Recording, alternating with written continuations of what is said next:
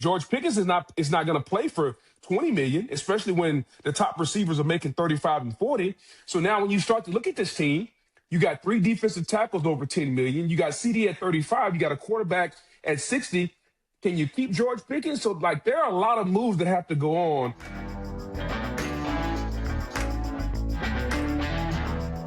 Hey everybody, Trey Wingo here. Welcome into another episode of Straight Facts Only, the podcast where we try and help you understand what happened and why it happened in an informative and data-driven way.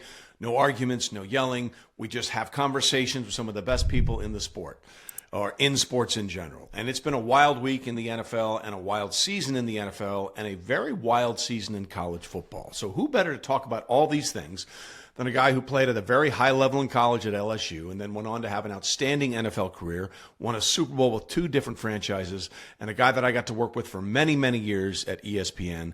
Sit back and enjoy this conversation with a longtime NFL analyst and former NFL player and Super Bowl champ Booger McFarland. All right, so I'm not going to lie to you. I was watching you on PTI the other day, and I saw the Pine Valley shirt on the logo on. I was like, yeah, I need to check in with Booger and see how he's doing. And I put something on Instagram like somebody had responded, "Oh, look at the flex by Booger." And I said, "Oh yeah, he does that all the time.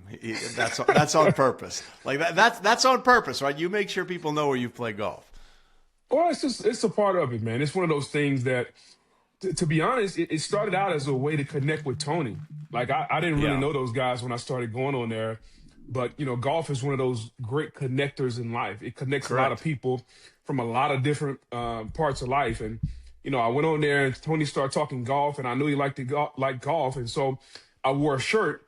And it's the first time I saw him smile. Like he smiled and opened up, and since then, every time I go on there, I wear a shirt. And what started off as a conversation starter, Wilbon tells me that no matter where he goes, people ask him, "Hey, what shirt's Booger going to wear this Thursday?" He's like, "I don't know. How the hell do I know?" So it's one of those fun things that really started very innocently. Yeah, and I love it. We'll get into golf a little bit later because I know your passion for it. By the way, representing the Ocean Course, Kiowa Island right here. So I thought I had to bring something to the table. How was that, by the way? I know you said you were going. How was that? It was great. I mean, I've been down there a bunch of times. We played the Ocean Course on a really benign day. I mean, the winds weren't more than 10 or 15 miles an hour, and as you well know, that's very rare. So it's always a great walk. We did it in just about 4 hours, and it was a good time. So I love that place down there. Okay, let's get into what happened at the trade deadline, because I saw your tweet about the Cowboys' defensive line. I'm like, okay, you have my attention, and they have the best defensive tackle rotation in football. What do you make of the myriad of moves the Cowboys have made after losing 2 straight games? Well, I think it's one of those things where we all look at the trade deadline as a way to win now. And I think the Cowboys looked at it as a way, how can we improve our team now? But this is really for the long haul. In a perfect world, they would have beat Arizona. You come off the bye, you beat Vegas, and away they go. It didn't work out that way. But in the end, you still make these moves because your defensive tackle has been an issue for a while. Now you got Kenny Clark, you got Quinnen Williams. I think they are the best defensive tackle and combo in the National Football League. No disrespect to Jeffrey Simmons and T'Vondre Sweat or Jalen Carter and Jordan Davis. But I just like the way these two play together. These two fit together. Let's see how they play together. Dallas, it was interesting from a move standpoint because they need edge rushers. Yeah. Like they need guys coming off the edge, but they bolstered the inside. So they're still not done building this defense. I think this is a move to kind of set up the next move, which probably is going to come in the offseason. I love to hear Jerry talk because eventually he's going to say something to kind of put his foot in his mouth. But it's always funny. It's entertainment. But I like the move because I think it starts to solidify a defense that's been porous for a long time. Well, the defense has been terrible. There's no question about it. The only defense was worse was the Bengals. So, of course, they traded for a Bengals defender. We can talk about that a little bit later. But my issue, first of all, is, okay, to me, this is an indication that whatever you thought you were getting out of Kenny Clark wasn't working, because you brought in Kenny Clark basically to shore up the run defense, and their run defense has been absolutely awful. So now you're sort of doubling down on that move by getting Quinnen, who, by the way, I want to be clear, I love Quinnen Williams as a player. Yeah. I think he's been a wrecking force on a miserable Jets team for a lot of years. But for just being honest about it, he had 1 sack on the first play of the season this year, and I think he's 90th in pressures this year. So the Quinnen Williams I think we think about isn't the Quinnen Williams that's been on the field this year. And maybe a change of scenery will help that. I can certainly understand that. But it's not like he's going from a 1-17 to a 7-1 team. It's a 3-5-1 team that has all kinds of issues. To me, Booger, it feels like the Cowboys are constantly reacting instead of enacting. They're trying to chase their own tail with all of these moves. Well, think about this also. They signed Odigizua in the offseason. So big contract. Right. So now you have Odigizua, you have Kenny Clark, and you have Quinnen Williams, and I think they're all making above $10 million a year. Quinnen is making 20. Odigizua is close to 20. I don't think they're going to keep 3 defensive tackles making that much money. So they can't. Maybe this was a move, as I said, to kind of set up the next move. You get rid of one of these guys in the offseason, you get some edge help. But I think Jerry really backed himself in a corner with the Micah situation. Correct. And he needed to show everybody, hey, I didn't pay Micah, but I'm willing to spend money and make moves to make my team better. And at the last minute, you go out, you get Quinnen Williams. I like Logan Wilson. I think he's played a lot of good football. He wasn't playing in Cincinnati, so maybe that's why the defense was terrible up there. Who knows? But I think Logan Wilson still has some good football in him, especially when you don't know what you're going to get in DeMario Overshown coming off a horrific knee injury. So this is definitely a move to kind of calm the waters a little bit, but by no way, shape, or form is this a playoff type defense now, which is why I think this was a move to set up whatever they're going to do in the offseason. Yeah, and I think what you just said, and I'm glad you said it because I say it and people yell at me. What you said is really accurate. I think Jerry does things to get attention. He does things, say, okay, people are still mad about the Micah thing, let me do this. And to me, that's not a fundamental way to build a winning program. And, you know, Jerry's never not going to be the general manager. We all have to accept that. There's not a single general manager in any of the major sports franchises in this country that would not have a conference championship appearance over 3 decades and still have his job. Jerry is there because Jerry is employing Jerry, and let's just be honest about it. I mean, that's the way it is. There's no other situation where this would be considered acceptable if you are the general manager and as well as the owner. So I feel bad for Cowboys fans. I really do, because I don't think they have a plan. They don't have a plan, but has Jerry really had a plan in the last 25 years? Nope. Like, we've tried a bunch of different things, but I think here's what he's hit on. He's got a franchise quarterback who's playing above average football, at times MVP level, but definitely above average football. He probably paid $10 million too much for him, but that's Jerry. He'd rather wait and pay him a little more. No problem with that. He's got to pay George Pickens because that really took off when you gave him 2 weapons outside. So are you going to pay George Pickens? George Pickens is not going to play for $20 million, especially when the top receivers are making 35 and 40. So now when you start to look at this team, you got 3 defensive tackles over $10 million. You got CD at 35. You got a quarterback at 60. Can you keep George Pickens? So, like, there are a lot of moves that have to go on. Will McClay, who is the de facto GM, along with Jerry and Steven, are going to have to figure out this money situation because they paid some young offensive linemen. I tell you the worst money I think they've spent, and you tell me if you agree with this. Yeah. I think in a private moment, if you asked them if they could rip up the contract of Trayvon Diggs and DeRon Bland, I think they would, even though they just paid one of them. Yeah, because they reacted on the DeRon Bland thing because of so much production. But he might have had 6 pick sixes, but he gave up 7 touchdowns also. So it's going to be interesting to see how they factor all these contracts out. No, I'm glad you said that about DeRon Bland because, look, they gave him, $90 million this offseason. And DeRon Bland is a splash player both ways, right? Like, the reason that he had all those pick sixes because they weren't throwing the other way, right? They thought they could burn him, and a couple of things went against him. I completely agree with you. The George Pickens thing, though, Booger, to me is really interesting on a variety of levels. You traded for him in the last year of his deal. Right? Yeah. Which is basically, hey, let's figure this out for 1 year and see what happens.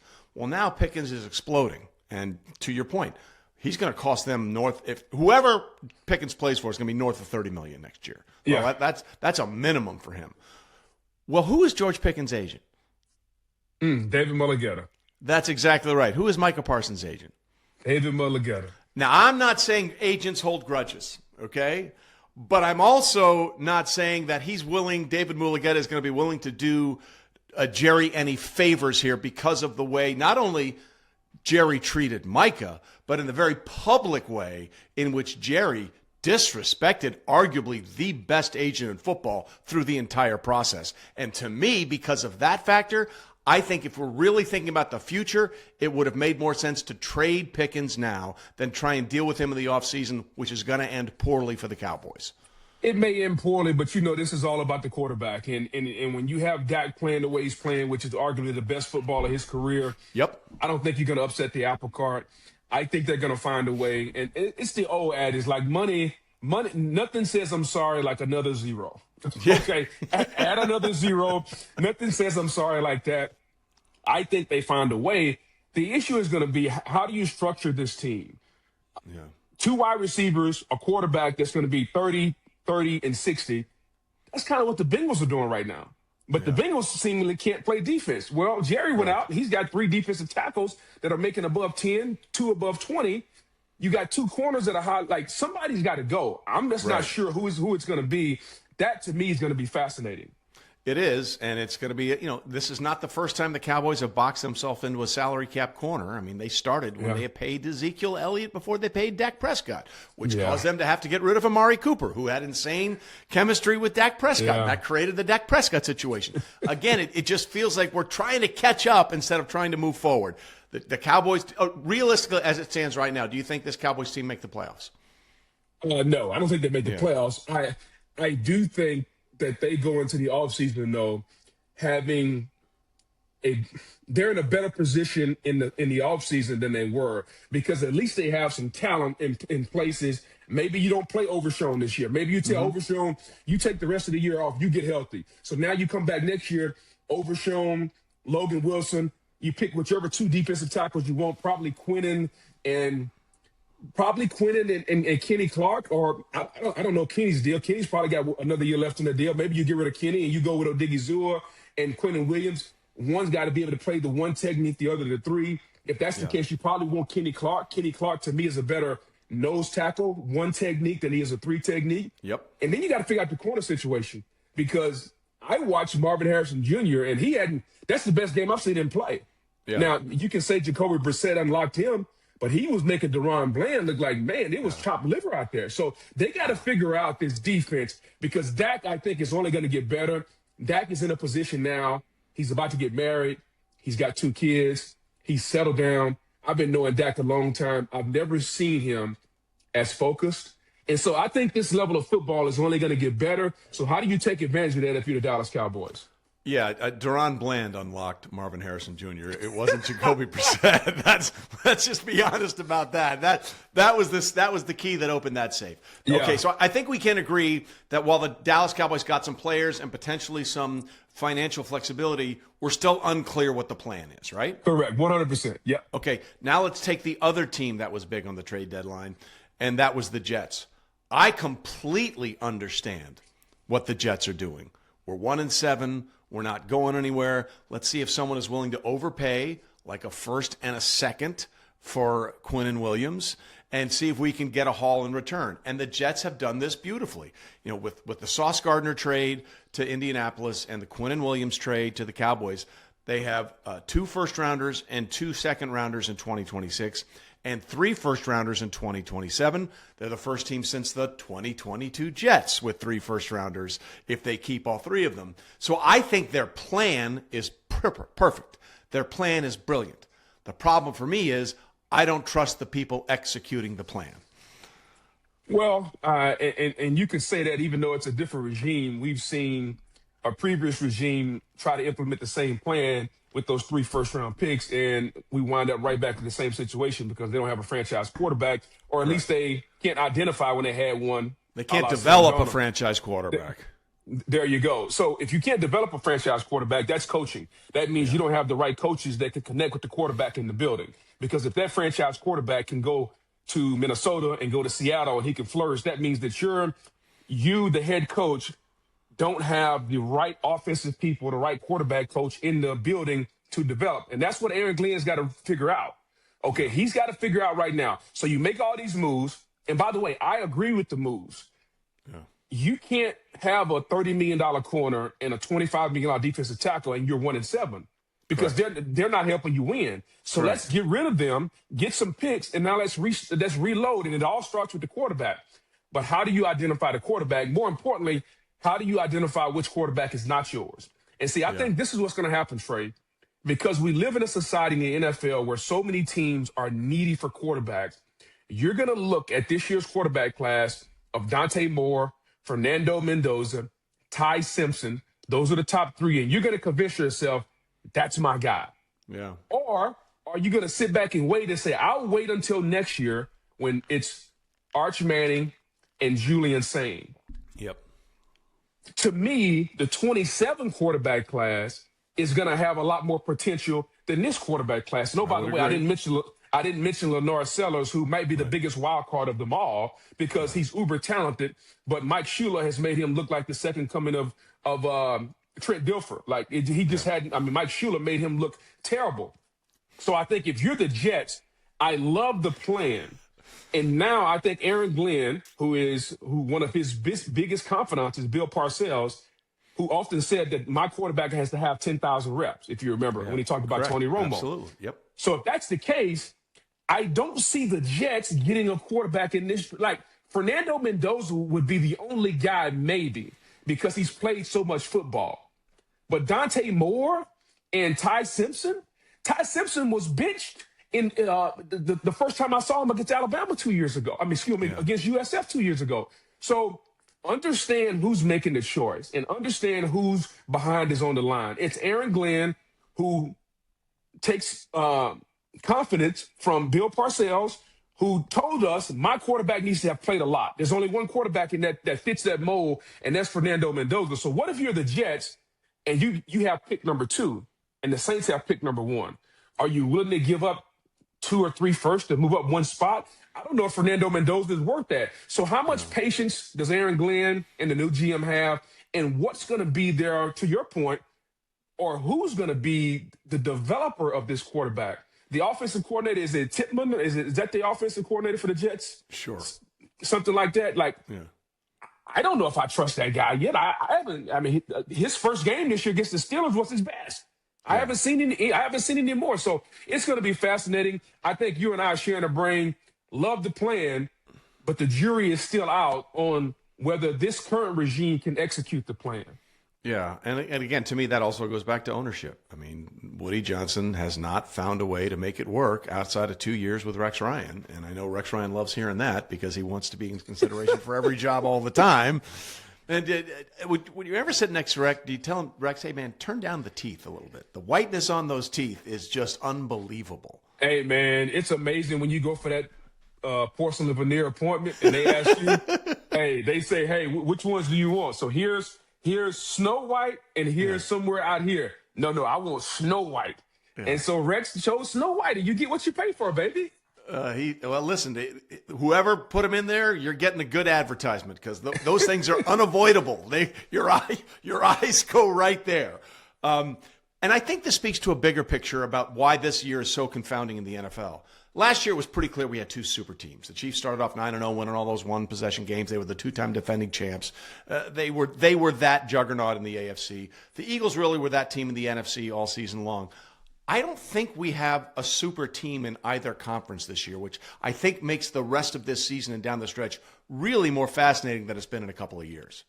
Super fascinating. I agree. And I think the NFL agrees, which is why Indy goes and makes the move that they make. They're basically saying, we believe in what we've seen so far in Daniel Jones to the point that we think we can win a Super Bowl this year. Let's shore up the defense. Let's go get Sauce Gardner, and let's go for it this year because Kansas City doesn't look invincible. If you look on that side of the ledger, if you look at some of the best teams, Buffalo is more the sum of their parts than they are the individual stars. And I've seen them look really ordinary, even though they played their best game of the season, I thought, against Kansas City. They always do. Always do. But nothing about Buffalo's roster scares me, especially with the injuries. Ed Oliver looks like he's going to be out a while. Their secondary, they play a lot of zone, but they can't really play man against anybody. And so I think if you're looking on that side of the ledger, you're like Kansas City, Buffalo, Baltimore, maybe if they can get in the tournament, but there's no guarantee.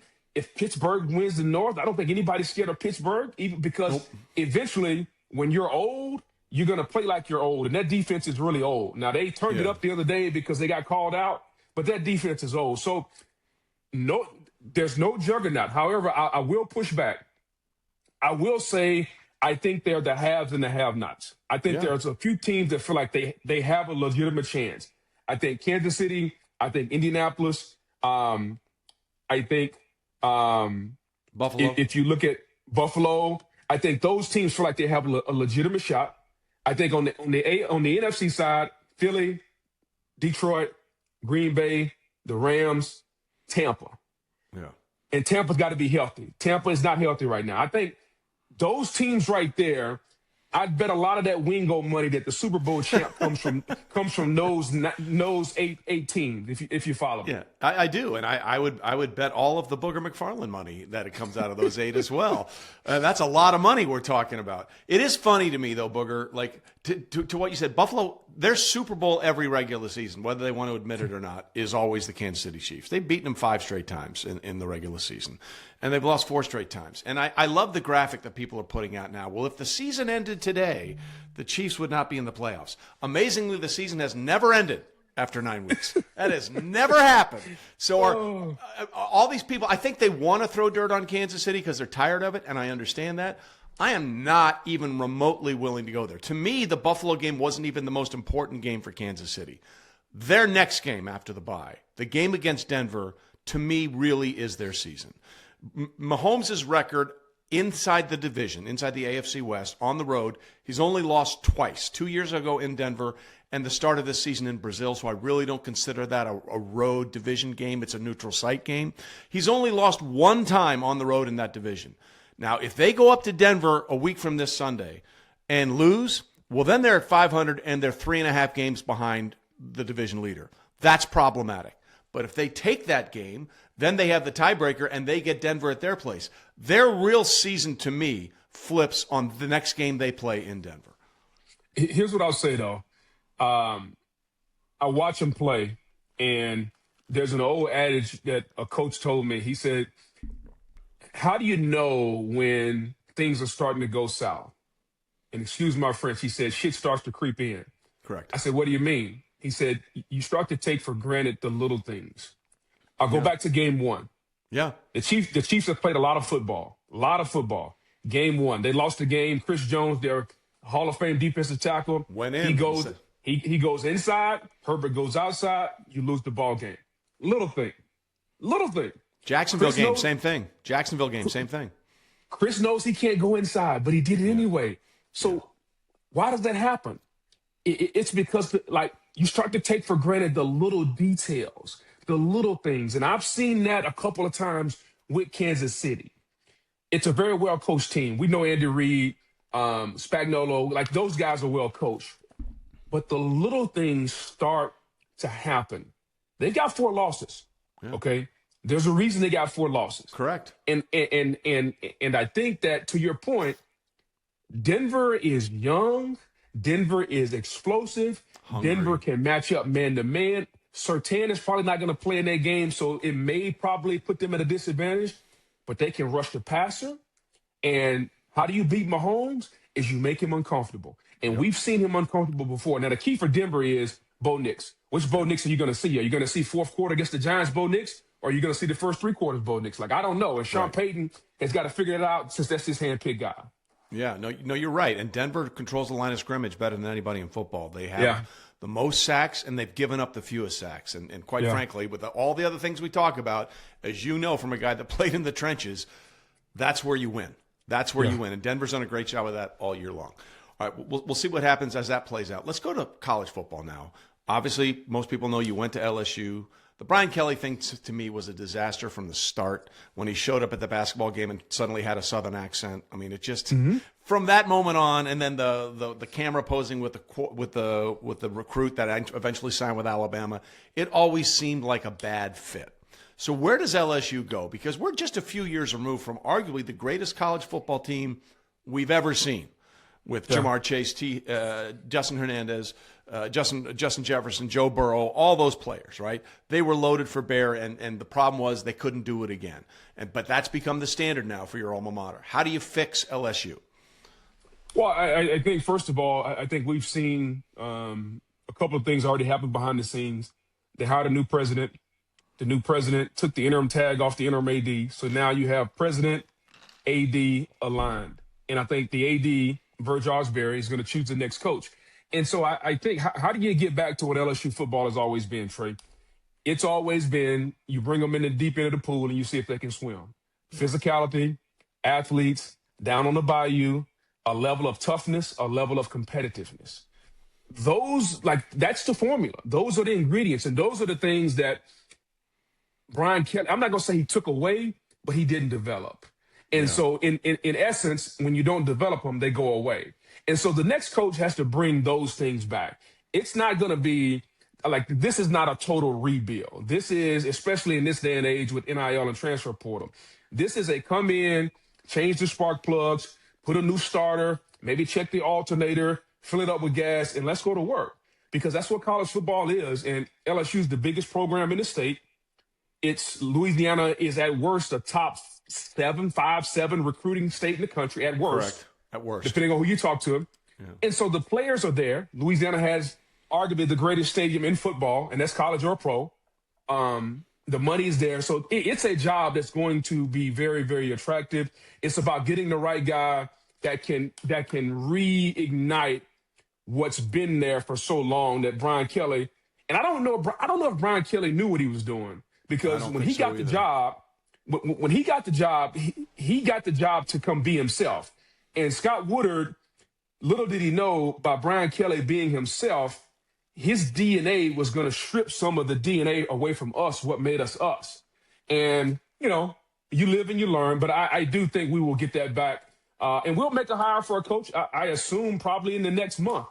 A lot of names out there, a lot of people. It's going to be a big talent pool. But there are people who you would not ever imagine who want to coach LSU football. And I think we're going to make sure we get the best coach available. Well, listen, LSU as a brand is very strong, right? There's no question about it. And as we said, recently, within 5 years, we're talking about arguably the greatest college football team of all time. There's a bigger issue, though, for me, Booger, in college football, and I know you're huge into college football, is that these coaches getting these massive buyouts. I mean, they're paying Brian Kelly $50+ million. James Franklin got $50+ million. Hell, Hugh Freeze just got $15 million when he got fired. And by the way, respect. If you're getting fired because they think you're playing too much golf, I'll fall on that sword. I can get that. I can get behind that. I mean, if you're going to get fired, that's a good reason to get fired. You like golf more than you like football. I get that. Says America's guest. Go ahead. Exactly. So, but like the Penn State thing to me is fascinating, right? Because you'll hear Penn State players or fans say, well, he never won the big game. Okay, Joe Paterno was there 18 years before he won a big game, right? He got the job in 65 or 66, didn't win a national championship to the early 80s. So, and I understand it's a different dynamic, but to me, the way Penn State handled the James Franklin thing basically told every big-time coach that they want to get that might be better than James Franklin, why would I go there? Yes, but here's the thing, though, Trey, is that, and I'll use this example. You can be a really good coach, and sometimes you wear your welcome out at a place. Sure. Just look at Andy Reid in Philadelphia. Correct. Andy Reid was a Hall of Fame coach in Philadelphia, and they fired him. Yep. He was there a long time. James Franklin been at Penn State a long time, and he's had every opportunity. And I think his record has been impeccable, except in the bigger games. And the bigger the game he lost, the more the narrative grew. And I think he had gotten to the point where no matter what he did, the majority of the time, the fan base and the administration were going to pay attention to what he did the minority of the time. And when he gets in that situation, it's a can't win. Yeah. It's a can't win. And so I think James is going to get a job. Wouldn't surprise me if James is at Auburn. Wouldn't surprise me if maybe we see James at Virginia Tech. I think those are the top two places because I think James wants to coach. He's going to coach. Auburn or Virginia Tech for James Franklin. Back to your point about the buyouts. Let's remember, though, market, supply and demand drive the market. Correct. Okay, so let's go back to 2021 when all these deals were being handed out. Think about who got 10-year deals. Lincoln Riley, James Franklin, Mel Tucker, Brian Kelly. I think they all got 9 or 10-year deals because they were all in a competitive market at the time where big schools like USC, LSU were looking for Wasn't Jimbo Fisher in that wave as well? Wasn't Jimbo there at A&M? Yeah, he was close. Okay, I wasn't sure if that was that year, but I know he also got a ridiculously long deal. Correct. And so I don't know if these schools, if you wanted to play in that market at the time, that was the going market value. Now, the market has regressed, and I think this go around where we got, 12 openings already in the Power Four, I don't think you're going to see 10-year deals. I think you're going to see 5-year deals, maybe more money, shorter period, which the buyouts will be less because the years are less. I think you're going to start to see some NFL-type deals rather than the entire deal being guaranteed. I'll give you 5 years, 75. I'm only going to guarantee the first 2 years, and then we'll figure it out, something like that. And I'm just making this up, but the universities are going to go back and say, okay, we tried this, it didn't work, so why would we do it again? Especially if there's a little bit of leverage when you can go hire, if you don't want the job, I can go get X. And so I think that will kind of correct the market. But the best coaches are going to make $13, $14 million. I mean, LSU's next coach, I don't know who it is, but he's going to make $12, $13 million because that's the job. And when you take a job with that much pressure to win, I need to be compensated accordingly. And I think that's the kind of the go-between. It's not going to be 10 years, but it'll be 5 years, and it's going to be a lot of money. You don't think James Franklin's in consideration for LSU? I don't, because I think fit is going to be so important. I agree with that after the Brian Kelly situation. Correct. And so I think James was a good coach, and he does have some Southeastern Conference experience at Vanderbilt, how he turned them around. But I just don't think that this time, I think LSU's next coach is coaching either in the South or in the SEC. And by the South, you start to throw out all the people from Summerall at Tulane to Eli Drinkwitz to the coach at Louisville to everybody throwing Lane, and like all those coaches are in the southeastern part of the country. And I think they understand the fabric of what it's like to be down there. That's just my guess. Yeah. Well, listen, your guess is better than most. There's no question about it. And while we appreciate your football insights, the real reason this was all a run-up to get to the real thing. Let's talk about golf here for a second. Let's do it. When did you fall in love with the game? So the first time I ever played was when I got to Tampa. I got drafted in Tampa in 1999 and took up golf that first offseason, which would have been 2000. Was never really a video game guy. Didn't like video games. We had a contract with Adidas, though, for the shoe contract, and Adidas was with TaylorMade. And so you could go on the website and you could order anything. Well, they had golf clubs. I ordered a set of the TaylorMade Fire Soul Bubble Shafts. Oh, my God, the Bubble Shafts. Hell yeah, the Bubble Shafts. I ordered the entire set, and I just started playing golf. I started going out to the local muni, shooting 150 and being competitive, and everybody started doing it, and we just kept playing, and finally I was just hooked, man, just because it kind of fit me. I'm an outdoorsy guy. I like being outside.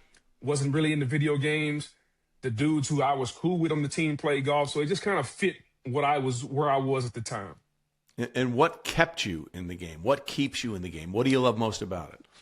I love the serenity of the game, number one. I love the ability of the game to connect people of all different backgrounds.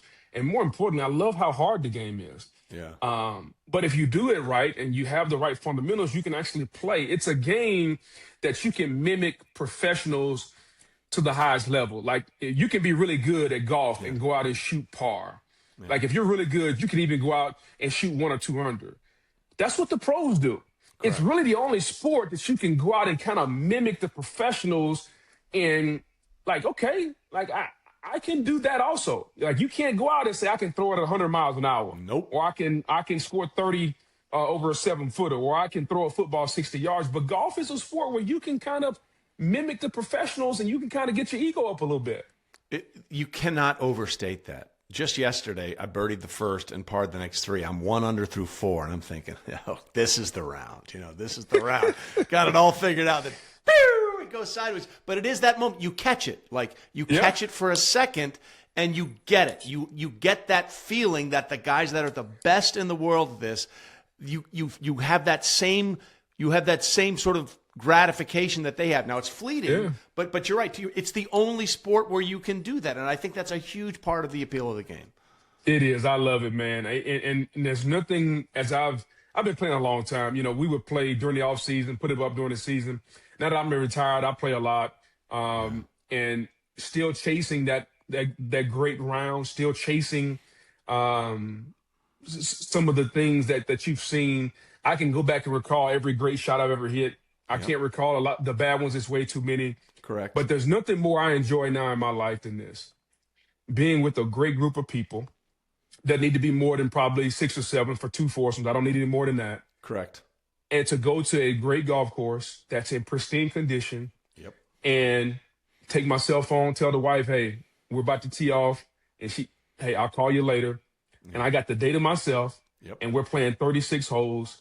And I don't have a care in the world. Like, that is the best feeling in the world to me right now. And it just shows you where I am in my life. Like, there's no car, there's no watch, there's no vacation I can go on that will take the place of that date I just described. Like, that's heaven for me.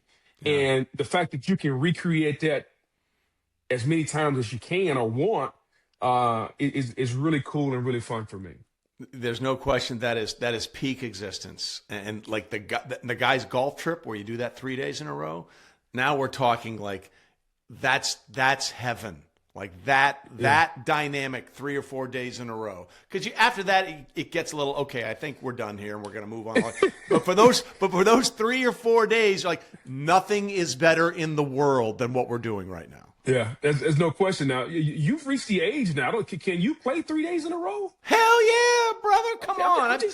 I'm just checking. I didn't know if your back would hold up for 3 days in a row. I walk too. I do not ride in the cart. I get out there and hoof it as much as I can. As soon as we're done here, I'm going to go play for the 3rd day in a row, and then I'm flying to South Carolina. Going to play 3 more days in a row. That's what's going to happen. So I like it. There you go. Well, we're all addicted, and I think it's fitting that we end this episode with one of my favorite stories of all the time I did NFL Live. Booger, as you know, is a multiple Super Bowl champion, won it with the Bucs, then was part of that team in 2006 that won it with the Colts. And this was back when NFL Live was on ESPN2, and we taped a lot of the shows. We weren't live, and we were waiting to put the show to bed because the Colts were having their celebration of Super Bowl 41 victory, and they're having the parade. So we're waiting, me and Golick, and I think it was Schlereth or somebody else, are waiting for the parade to be over so we can put it in the show and cut the show. And then I see on one of the shots, you're behind the podium and I can see you on the podium. So I'm like, we're bored waiting for this show to get done. I'm going to text Booger. So I text Booger and say, we're waiting for the parade to get done. We're just sitting here with nothing to do. Do me a favor. If you see this text, rub your head. And then we had that camera on the podium. I see you look down, pick up your phone, you look around like this, and then you start doing this. The entire crew just started dying laughing because we just needed something for us to get us to the end of this damn parade with Bob Lamey speaking and all this kind of stuff. And your head rub was the one that got us through the day. Well, I'm glad I could get you guys through the day. And to pull the curtain way back, I had a flight the next day to get home because it was so damn cold in Indianapolis. I couldn't wait to get back to Florida, dude. Unreal. It was. Well, listen, Boog, always good to catch up with you, and I appreciate your time, and hopefully we'll catch up on the golf course real soon. Sounds good. Appreciate you having me, Trey. Thank you, man.